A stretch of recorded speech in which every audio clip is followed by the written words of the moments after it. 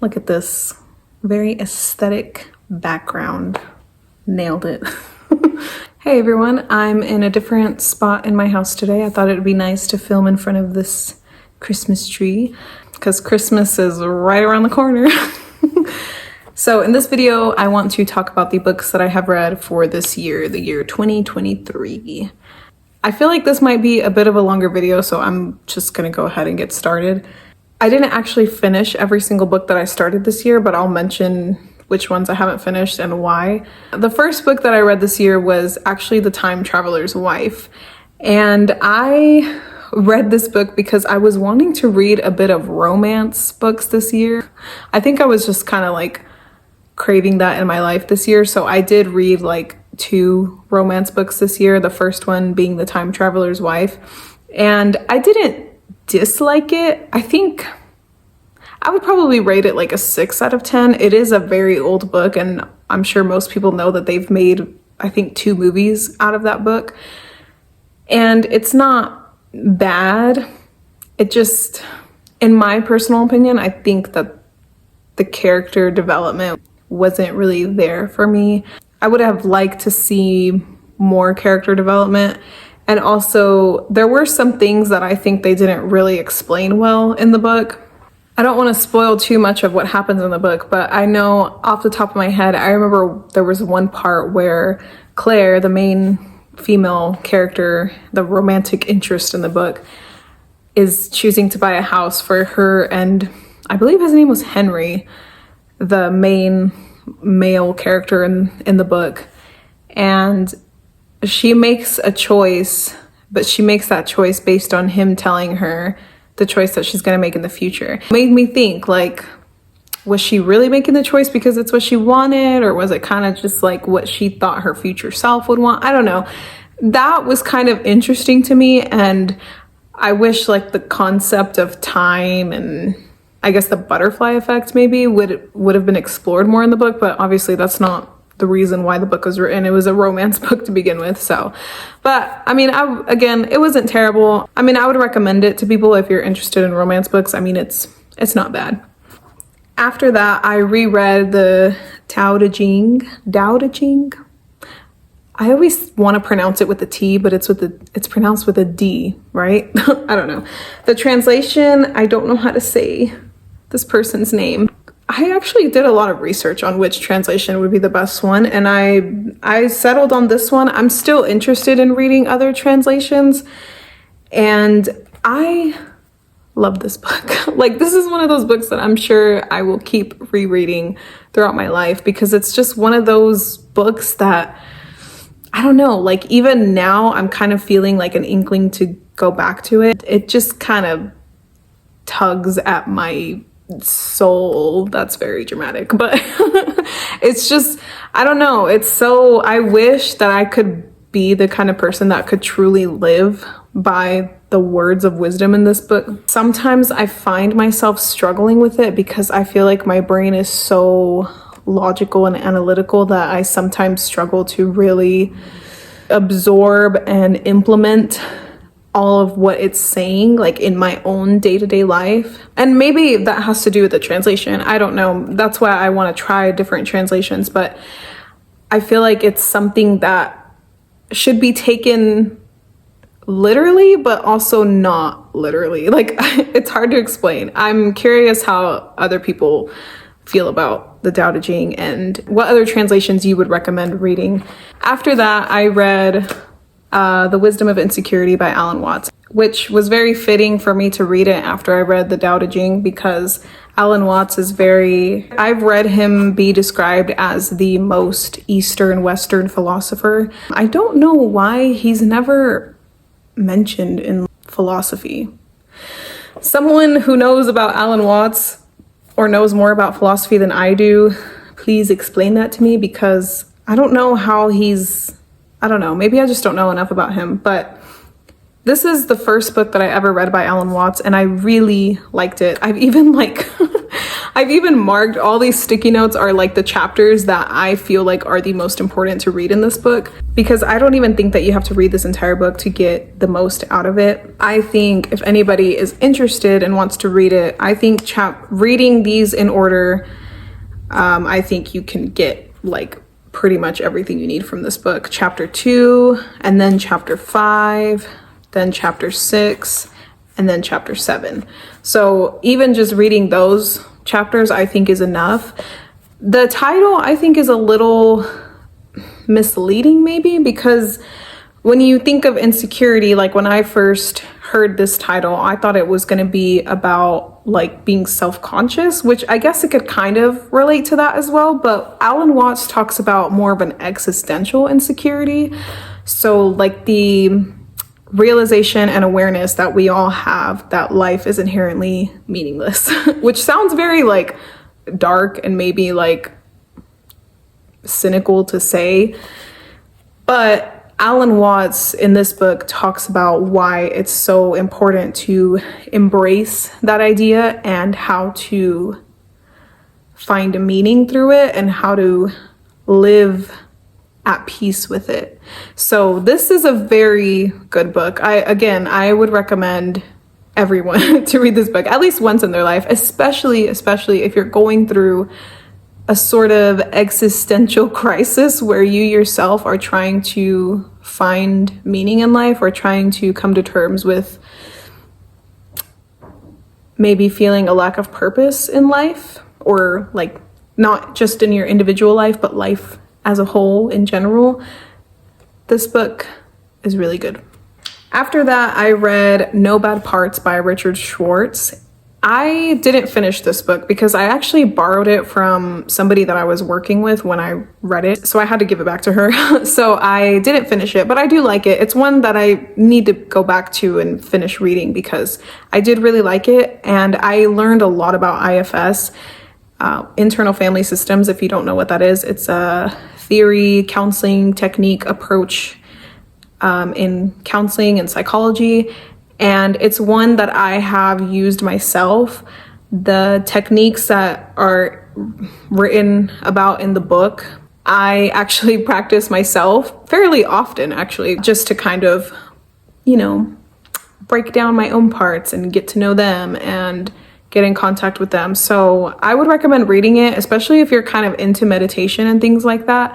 The book has like guided meditation practices that can kind of help you delve into your own parts, and it teaches you about internal family systems, which is a really good technique, I think, to use. And I think it's pretty straightforward enough that the average person could use it. Obviously, it's probably best to use with the help and guidance of a counselor, a mental health therapist, somebody who is like in the field and practicing it regularly. But if you are just like an average person interested in, self-development, self-growth, then I think that using the practices that Richard Schwartz writes about in the book can be helpful as well. So I would also recommend that book. For those of you watching who are interested in astrology, it's also a useful approach that I've implemented into understanding astrology in a deeper way, because I think that it's really applicable to astrology and how our planets, our placements, our parts, just like in IFS, like we all have parts, right?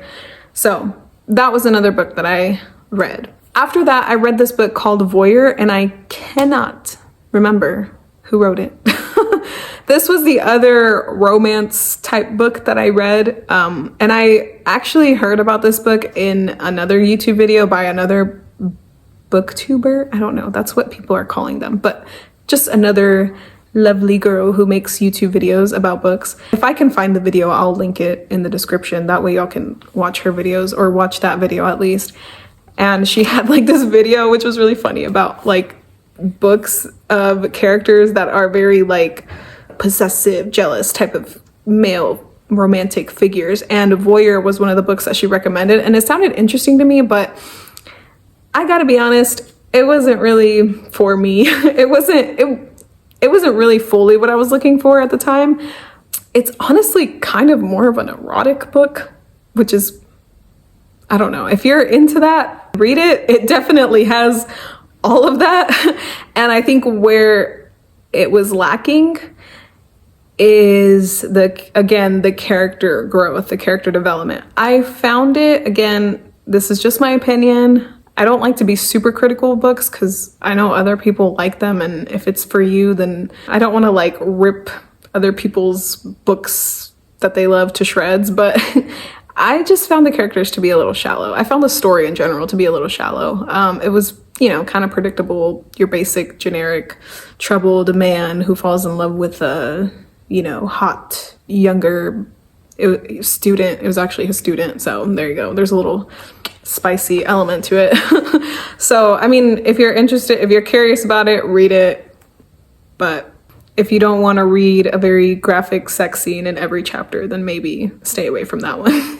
After that, I picked up Plato at the Googleplex. This is really glary. This is a really big book, and I just wanted to read some secondary literature on philosophy, Plato in particular, because I'm very structured in how I learn and study things. So I've been wanting to go back to the beginning of Western philosophy, which would be Plato. I mean, you could read about the pre-Socratics, but I feel like I've read enough about them that I'm like, all right, moving on to Plato. I just wanted to read some secondary literature first, just so I could get some more information on Plato himself. This book is interesting because the author, Rebecca Goldstein, it's kind of like if Plato lived in our society today. There's like kind of fictional elements to it because she writes stories as if Plato is a character and like his dialogues with other characters. So I thought that was interesting. The only thing with this is I have a hard time reading books that aren't super structured, like books that just are just page after page of just this with like no break, no like sectioned off parts, I don't know.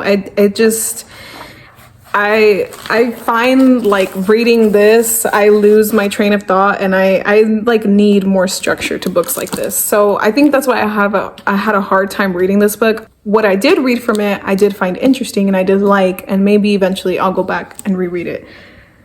But for now, I did not finish it. After that, I read Letter to a Christian Nation by Sam Harris. This book is really good. It's very short. It's a quick read.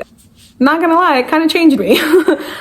This book, I would recommend everyone to read this book. Whether or not you are a Christian or an atheist or agnostic, literally whatever you believe in, read this book because in some way you have experienced something that he talks about in this book related to Christianity and religious dogma, I guess, if that's the right phrase or word to use. Sam Harris is a pretty famous popular atheist, so he just talks about arguments that support atheism. So if you are interested in that, and even if you are a Christian, like I would recommend reading it because I think that it does make you think and it does make you question things, which I think it's always good to ask questions and to, figure out what you really believe in.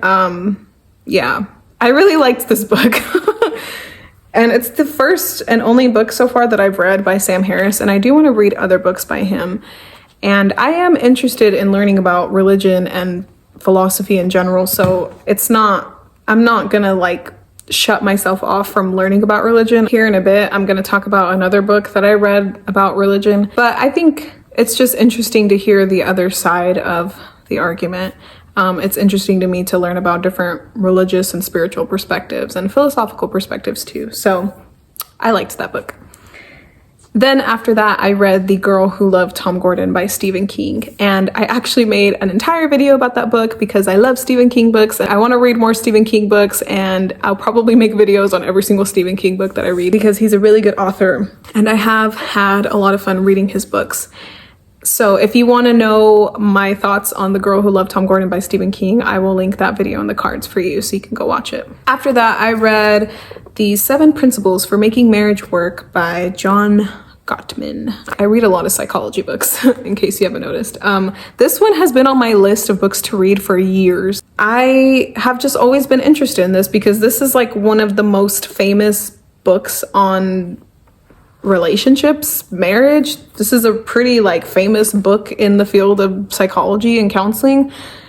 And if you haven't ever heard of John Gottman, he's the one that was able to predict the success rate of marriages with like a 98, I think, percent accuracy. I could be wrong on that, but this book is actually really cool. I'm not married. I'm not even in a relationship, but I wanted to learn about this because, again, I like learning about psychology and things like this. And I thought this book was really interesting. I think that the principles can be applied to all kinds of relationships, not just romantic relationships. Like most of the other books I've mentioned already, I would definitely recommend for people to read this book because I think that it has a lot to offer. After that, I read A History of God. This is the book that I was talking about. So this book is by Karen Armstrong. This book is really interesting and I want to go back to read it because I kind of want to skip some chapters and just get to, I think it's the last chapter, I believe. Let me see. The last 2 chapters on the death of God and does God have a future? I don't know. Again, I find it interesting to learn about religious perspectives and spiritual perspectives and like the philosophical implications of those perspectives or the philosophical roots of those perspectives. Again, I had a hard time with it as well because just like Plato at the Googleplex, it's one of those books that it doesn't have like breaks. And I have a hard time reading books like this, like that don't have like a break with like a, section off. It just kind of feels like it all runs together. And then I like lose track of where what I'm reading about started and like how it's connected to the other part, like the previous part and what was discussed previously and before. It's like reading a giant run-on sentence. I don't know. So I had a hard time with that. So maybe if I ever go back to it, I'll probably just read those 2 chapters that sound interesting to me. That way I can just take from it what I really want and move on. That's fine with me. I don't always force myself to read books if I just don't have it in me. I feel like it's kind of a waste of time to force yourself to read books if you're not enjoying them. After that, I read Staring at the Sun by Irvin Yalom, and the subtitle is Overcoming the Terror of Death. Irvin Yalom is a pretty famous psychiatrist. He wrote a lot of books, and I love his writing because I think I have an easier time reading his writing because I feel like it's very easy to grasp. First of all, it's very straightforward and to the point. He's a really good writer. I feel like I don't struggle with him. I think anyone really can read his books and get a lot from them. And also he beautifully sections them off. I love this. I love when like authors do this. I read a lot of nonfiction, and so when I read nonfiction, this is like what I like to see. I like for it to be organized. I like for it to be like almost like a textbook. I don't know. I'm weird. And that's just how I learn. So, but he was very influenced by a lot of philosophers. He talks a lot about Heidegger and Nietzsche and Schopenhauer, and I just think it's interesting because I feel like I'm learning about psychology and philosophy when I read Yalom's books. It's like learning about 2 subjects in one book. So yeah, I would recommend Irvin Yalom. And this book in particular, if you are experiencing death anxiety, I read a lot of like existentialist books this year. If you are experiencing death anxiety or just wanting to learn more about coping with the inevitable death that we will all face. Well, that's very dark. But if you are, wanting some help or guidance in that, then I would recommend reading this book. Yeah, it's really good. After that, I read It Didn't Start With You by Mark Wolin. I think that's how you say his last name. The subtitle is How Inherited Family Trauma Shapes Who We Are and How to End the Cycle. This book is so good. My friend recommended this book to me to read, and I am so glad that she did. I love this book. I gained so much from this book. When I tell you that I connected pieces of my own childhood family trauma that I wasn't even aware of before reading this book, like I wasn't aware of some of the root issues. I'm not kidding. This book really helped me. This book changed me, and I can't recommend it enough. Again, it's beautifully sectioned off, just like Yalom's book that I love. So it's very, I think, easy to read, and I would recommend it again to everyone. It's about generational trauma, and it helps you get to the bottom of the root of your trauma, and it helps you realize that your trauma or your biggest fears in life are most likely not even your own. You probably most likely inherited them from someone else. And we all know our parents, our families have a major influence on us and who we are. They literally shape who we are. Our childhood experiences and adverse childhood experiences shape who we are. It impacts so much in our life, and we carry that, all of that with us into adulthood. If you still struggle with childhood wounds and trauma, and maybe you can't pinpoint where it's coming from, this book helps you do that. So read it if you're interested. It's, again, another psychology book. That's just the field I'm in, so this is like what I'm most interested in reading about, and it's really good. So yeah, read it. 10 out of 10. I also read the Percy Jackson series. Well, I've read the first 4 books. I don't own them, so I'm waiting for the last Olympian, the 5th book in the Percy Jackson series, to be available for me to check out, but it's not going to be available until the 29th of this month, so I'm just kind of waiting. But I am almost done with the Percy Jackson series. I've read The Lightning Thief, The Sea of Monsters, The Titan's Curse, and I just finished The Battle of Labyrinth a few days ago, and it was so good.